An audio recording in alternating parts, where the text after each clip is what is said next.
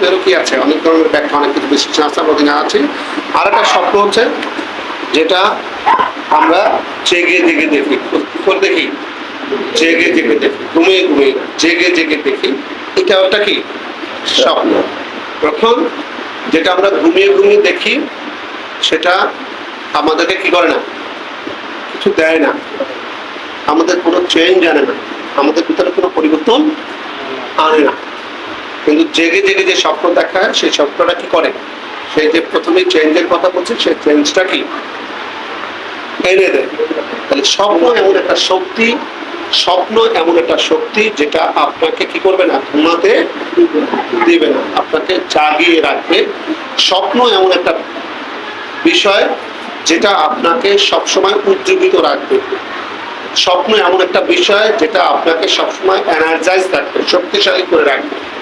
আমি বলি যে স্বপ্ন হচ্ছে এমন একটা জিনিস যেটার মধ্যে ভিটামিন এ টু জেড আছে। কি আছে? ভিটামিন এ টু জেড আছে। তো ভিটামিন এ টু জেড যদি বডির মধ্যে থাকে তাহলে রোগ হবে কোনো? কারণ আমাদের বডিতে রোগ হয় কিসের জন্য? বেশিরভাগই হচ্ছে আমাদের খাদ্য উপাদানে, আমাদের বডির যে চাহিদা, যে রিকোয়ারমেন্ট, ভিটামিন মিনারেল থেকে যা যা দরকার, এগুলো যদি বডির ভিতরে কি হয়, পর্যাপ্ত পরিমাণ না হয়, ঘাটতি দেখা দেয়, সেক্ষেত্রে আমাদের কি হয়, রোগ হয়। কিন্তু ড্রিম এমন একটা ভিটামিন যেটা একেবারে মাল্টিভিটামিন, একেবারে সকল উপাদানের মধ্যে বিদ্যমান এবং পরিপূর্ণভাবে বিদ্যমান। এবং যারা স্বপ্ন দেখে তারা সহসায় কি হয় না, অসুস্থ হয় না। তারা সহসায় কি হয় না, অসুস্থ হয় না, কারণ এটার মধ্যে সকল প্রকার কি আছে, ভিটামিন আছে। এটাকে যদিও অন্যদের কাছে আমরা শুনতে পারি এরকম যে ভিটামিন এম।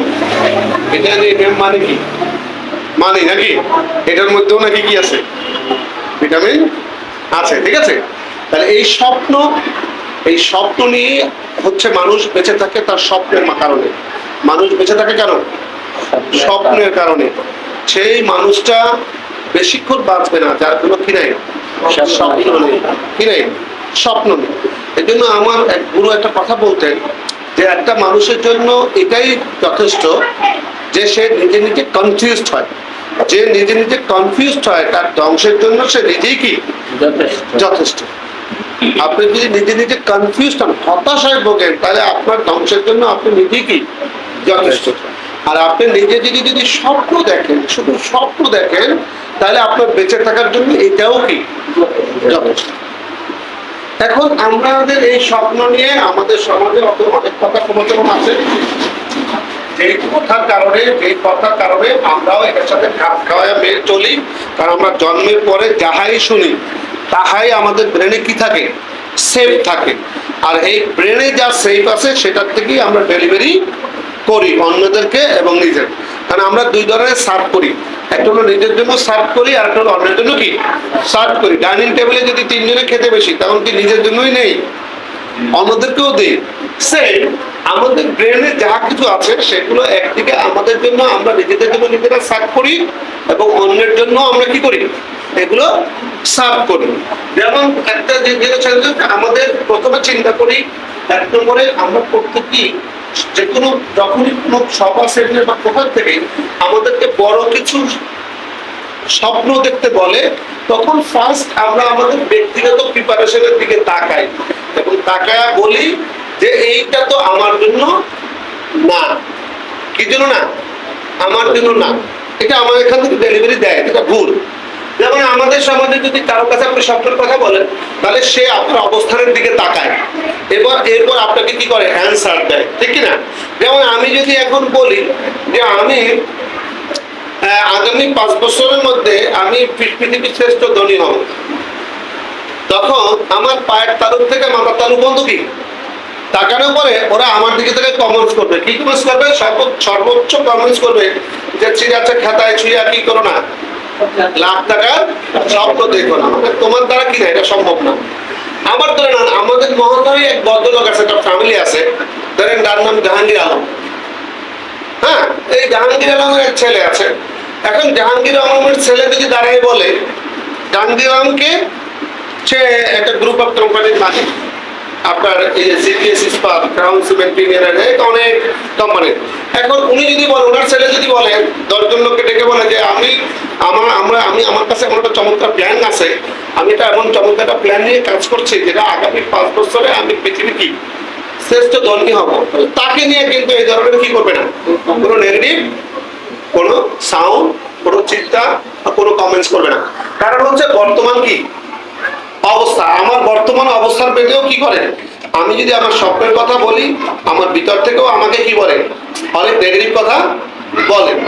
আবার বাইরে যদি প্রকাশ করি, তাহলে সেখান থেকেও কি বলে, নেগেটিভ কথা বলে। এইটা হচ্ছে কি কারণে বলে, এই কারণটা হচ্ছে যে আমি জন্মের পরের থেকে আমি আমার ব্রেনে যা সেভ আছে সেখান থেকে আমাকে ডেলিভারি দিচ্ছে, দেন আমার সারাউন্ডিং এর লোকের ব্রেনে যা আছে সেখান থেকে সেটা কি দিচ্ছে, ডেলিভারি দিচ্ছে।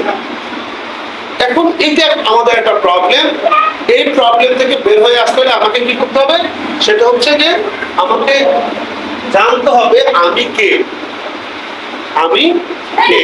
আমাদের মহাগ্রন্থ আল্লাহ প্রদত্ত একমাত্র কি সর্বশেষ আসমানি কিতাব, যেটা সারা পৃথিবীর মানুষের জন্য, সারা জাহানের সমস্ত সৃষ্টির জন্য কি অনুসরণীয়, সেটা কি আল কোরআন। এই আল কোরআনের মূল সারবস্তু কি জানেন? আল কোরআনের মূল সারবস্তু হচ্ছে নো থাইসেলফ। আর এই ইংরেজি শব্দটা বাংলাদেশের একটা সেরা বিদ্যাপীঠের পিছন সাইডে, ব্যাক সাইডে লেখা আছে। সেটা হচ্ছে ঢাকা কলেজের নাম শুনছেন তো আপনারা না? এই ঢাকা কলেজের গেট দিয়ে যখন ঢুকবেন তখন লেখা দেখবেন ঢাকা কলেজ ঢাকা, আর যখন ভিতর থেকে বের হবেন তখন ওই গেটে দেখালে লেখা থাকবেন নো থাইসেলফ, নিজেকে জানো। নিজেকে যদি আপনি জানতে পারেন, আবিষ্কার করতে পারেন, তাহলে সারা পৃথিবীটাই কি আপনি সবকিছু আবিষ্কার করতে পারেন। তাহলে এখানে আমাদের যে কাজটা করতে হবে, এট ফার্স্ট নো থাইসেলফ। কি করতে হবে এট ফার্স্ট? হ্যাঁ, নো থাইসেলফ। আমাদেরকে কি করতে হবে? চিনতে হবে। আমাদেরকে আগে চিনতে হবে। হু আর আই, আমি কে, আমি কে, এটা আগে আমাকে আইডেন্টিফাই করতে হবে। তাহলে আমি কে, প্রথমে আমি কে, আমি মানুষ, আল্লাহর শ্রেষ্ঠ জীব, যাদেরকে বলা হয়েছে কি আশরাফুল মাখলুকাত, শ্রেষ্ঠ জীব। এবং পৃথিবীতে যত আর বাকি যাহা কিছু আছে সবকিছু তৈরি হয়েছে কার জন্য? আমার জন্য, আমার সেবার জন্য, ঠিক কিনা? না আমাকে তৈরি হয়েছে অন্য সেবার জন্য? গাছপালা সেবার জন্য কি আমাকে তৈরি হয়েছে? না আমার জন্য গাছপালা তৈরি করতে হবে? হ্যাঁ,